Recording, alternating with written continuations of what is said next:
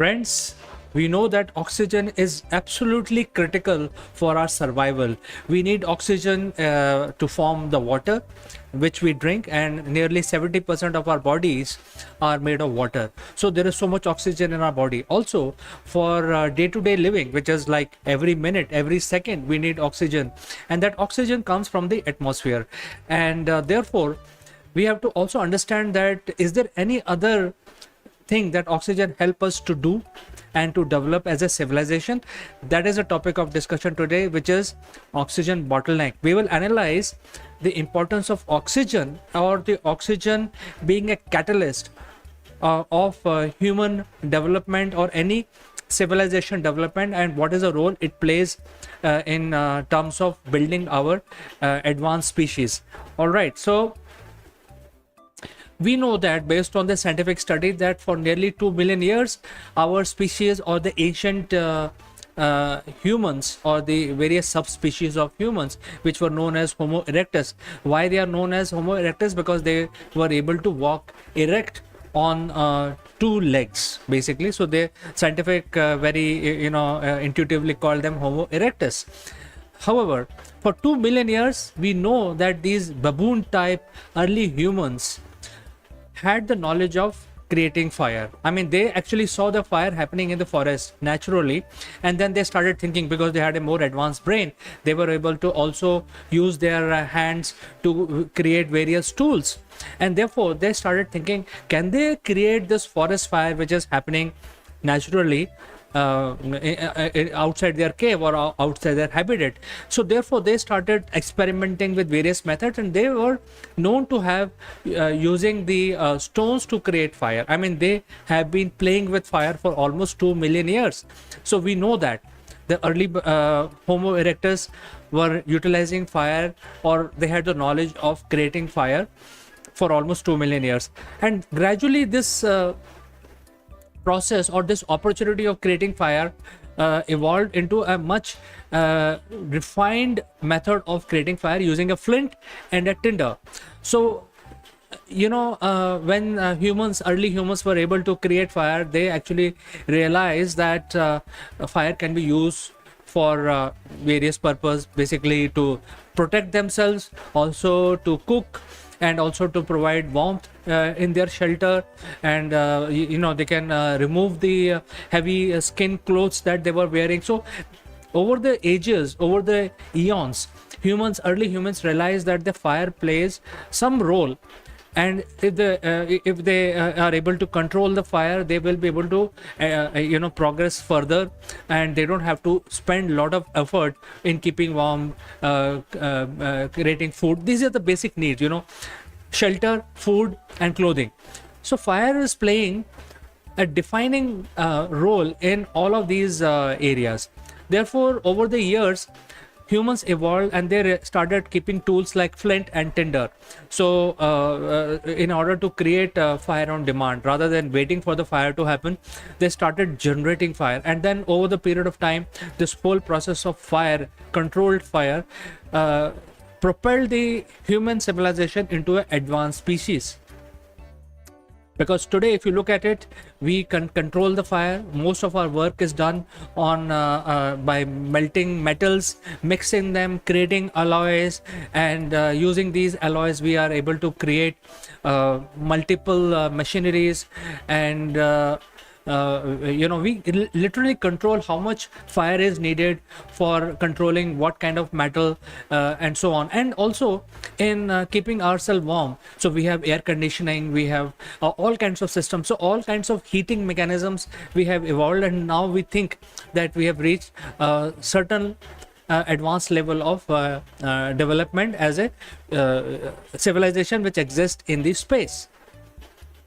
So intuitively, we can be called, instead of Homo erectus, we can start calling ourselves Homo igneus. I mean, following the same methods of nomenclature that scientists have used based on Latin language. So the current modern humans, because we control the fire for our benefit, we can be called Homo igneus. All right. So now the interesting question is, can we look beyond Earth? And when we look beyond Earth, and we are looking for other alien species.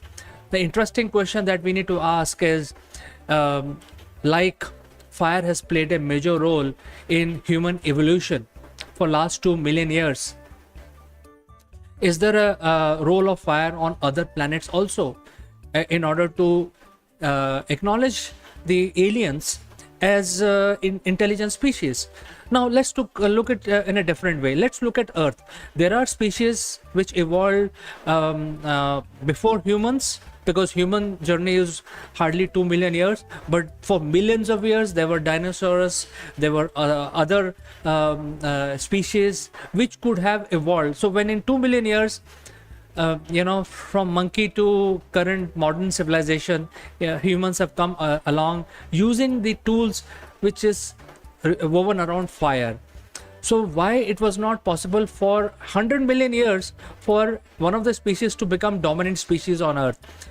Simply because there was a lack of oxygen, and also some of these species lived underwater. So when you are underwater, there is no way you can ignite anything. You can't create fire. So when you can't create fire, then you can't create tools to control the fire. So that is a part of the evolution process. So even on Earth, the species which evolved and continue to evolve for over 100 million, even today, for 100 million years, they have not become intelligent. They did not get opportunity to develop these index fingers like thumb and all that, because this is an evolutionary process. We need, from monkeys we got this thumb, and this thumb is very important. So similarly, they did not know how to create fire underwater, and therefore they did not grow into a intelligent species just like humans. So when we look beyond,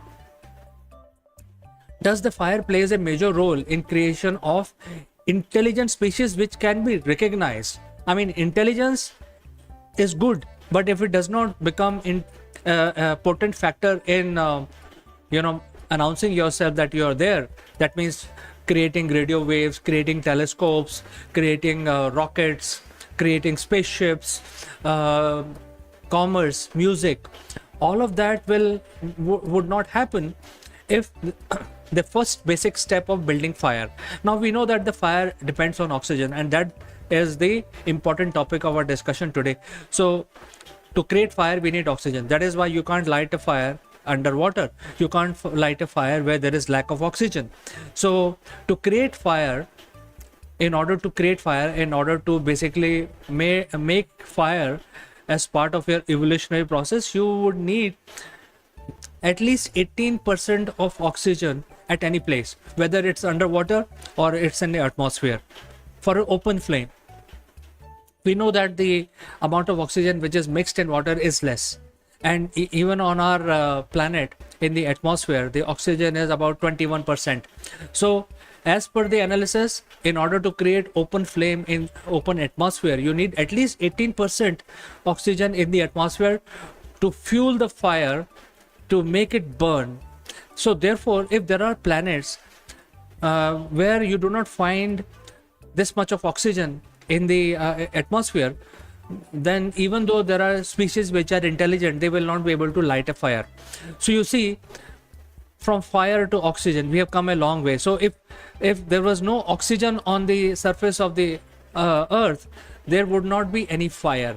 And once there is no fire, there will be no intelligent evolution.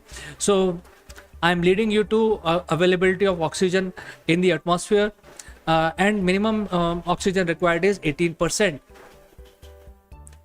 to sustain the open flame. And once the flame is there, then only you can control the fire. So currently Earth atmosphere has 21% oxygen, but Earth did not had 21% oxygen always. This level of oxygen has been there for nearly 200 million years only, which is a fraction, less than 10% of the existence of the Earth. So almost like 95% Earth did not had so much of oxygen to to enable the fire in open area. So if there were a species before that, without enough oxygen in the atmosphere, they would not be able to light a fire, and hence they would not be able to grow as a civilization. So they would perish, even though they may be intelligent. So this is a formula that we have to use while looking for alien species on different planets.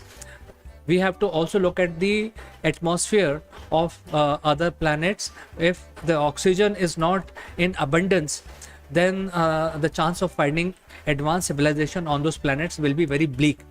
Taking the example of our Earth only, and this oxygen has come into the atmosphere on Earth based on various processes which evolved on the planet. And one of the process is the photosynthesis. Basically, the life form, especially on Earth, the life form itself release oxygen as a byproduct, and that gradually fills the atmosphere. The other method is basically degeneration of the material, but that is a very slow process where the trapped oxygen in water and rocks and soil is released, but that is a very, very slow process. So that will take a lot of time to fill the atmosphere. However, for last 200 million years, the living forms, the plants specifically, and planktons in the ocean, they have been able to generate enough oxygen to maintain the level of oxygen in the atmosphere about 21%, and it has been always higher than 18% for last 200 million years.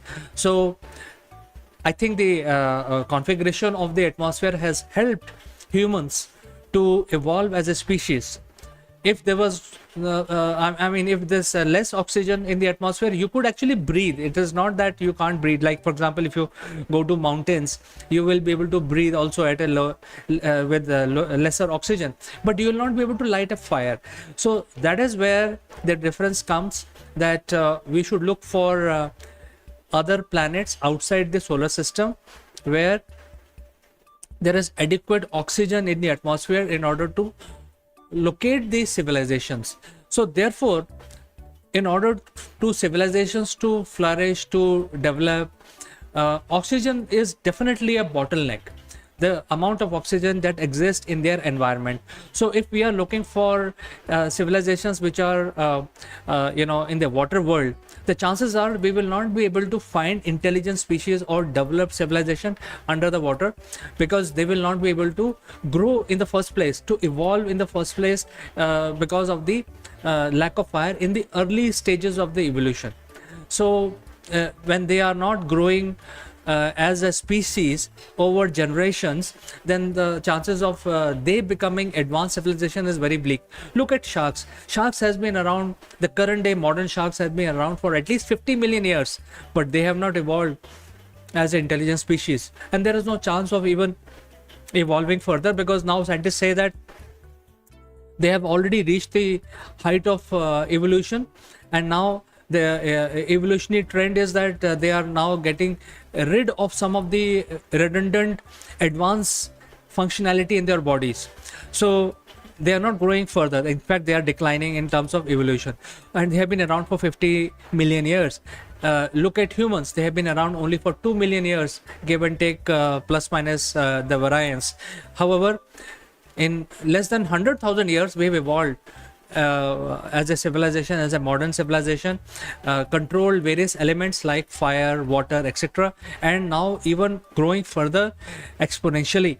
So considering this information, I think when we look around for different civilizations, look around for aliens, I think we should study the atmospheric oxygen available on those planets before wasting any further time and speculating whether there will be intelligent species living on this planet.